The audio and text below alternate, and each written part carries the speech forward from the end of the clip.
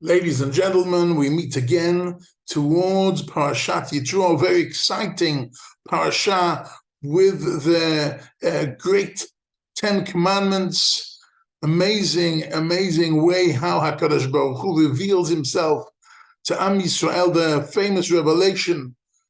And after all this is over, we have a few simple rules that seem to be not connected to anything. And the final pasuk of the parasha says, "V'lo ta'aleh b'ma'alot al mizbechi," which means when you make an altar in order to sacrifice to Hashem animals, you want to show your gratitude, you want to sacrifice, so the altar should have a slope, should not have stairs, but should have a slope. Lo ta'aleh b'ma'alot al mizbechi, you shouldn't go up on steps. Asher lo tigaleh ervatcha alav. What does that mean, says Rashi? That the Kohen used to wear a cloak. And if you wear a cloak and you have bare feet, bare legs underneath the cloak, so by going up on steps, you're making big steps and you're showing your bare feet to the stones, to the rocks. But if you have a slope, so you can actually go smaller steps, so you don't have to show your bare legs to the rocks. What's going on here, says Rashi, to teach us humility and to teach us modesty, that even to rocks we do not show immodesty. And therefore, kal v'chomer, how much more so should we be careful with human beings, to be modest with human beings. What is really being said here? What is really being said here? And furthermore, it talks about the altar. The altar has to be made by soil, mizbach adama, or by rocks, by avanim. It can't be Elohei kesef, Elohei zahav lo ta'asu lechem. It cannot be made by gold and silver. What's wrong? I want to show my gratitude to Hashem. Let me make an altar from gold or silver. No, it has to be from soil or from rocks, the most simple and basic commodity. And then, if you're making it with rocks, we'd like to cut it so it should be beautiful. No, we cannot use any type of metal to carve the rock to a certain shape. We have to find rocks with the right shape, or we have to find ways of breaking it without the use of metal. What are the messages there? And there, Chazal say, they say the same message, which is using metal is always an act of pride, is always an act of boastfulness, of human haughtiness, and therefore we're not showing pride. We don't show pride on the Mizbeach, like we don't show gold and silver on the Mizbeach, because we don't want to show pride. We want to show modesty, like we don't go up steps. It's all an act.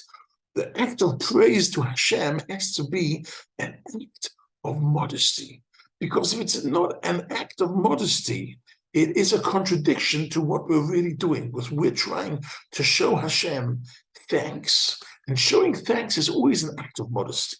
A person who is very boastful and is very proud can never say thank you.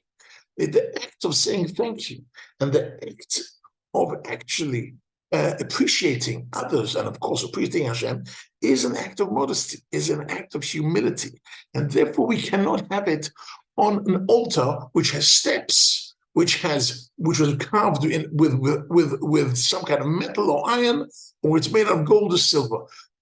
Why is this such an important message at the end of such an important parasha that talks about the Ten Commandments? Why is it so central? Let me share with you a certain idea. What has happened in the past few weeks, the past few parashot?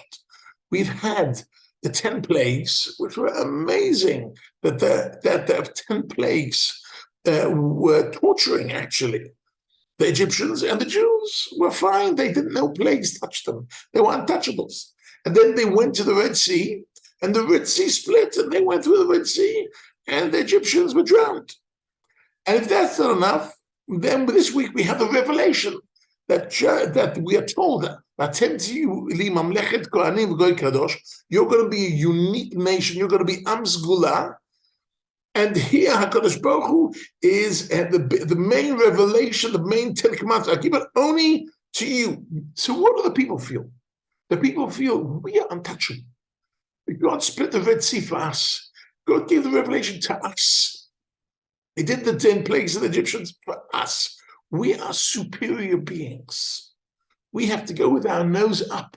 We are the most important people in the world. Therefore, we think what we should be doing is being very proud and very boastful and very haughty.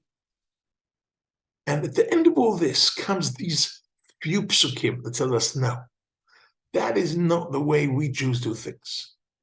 Yes, we have self-confidence. Yes, we know the truth, but we are not pride, and we don't use this as a basis for pride, for boastfulness, for haughtiness.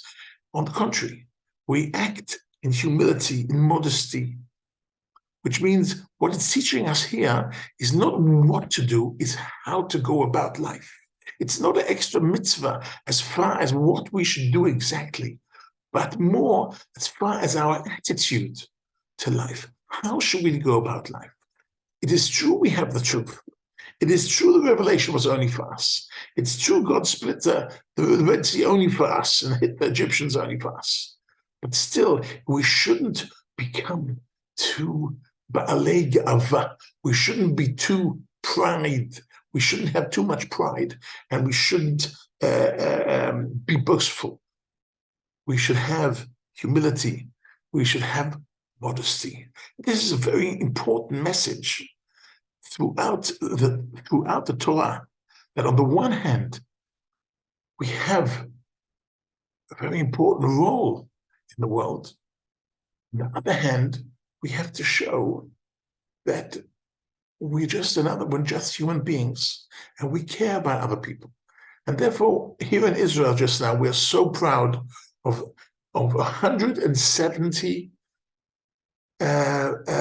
doctors and rescue people in a huge rescue team that is now in Turkey after the great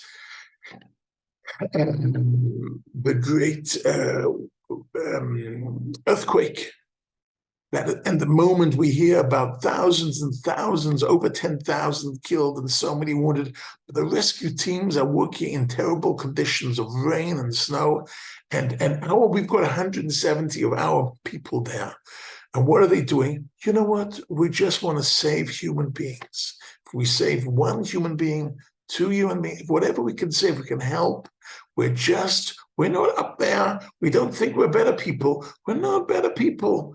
We come with a lot of modesty, with a lot of love, with a lot of humility, and just do the job.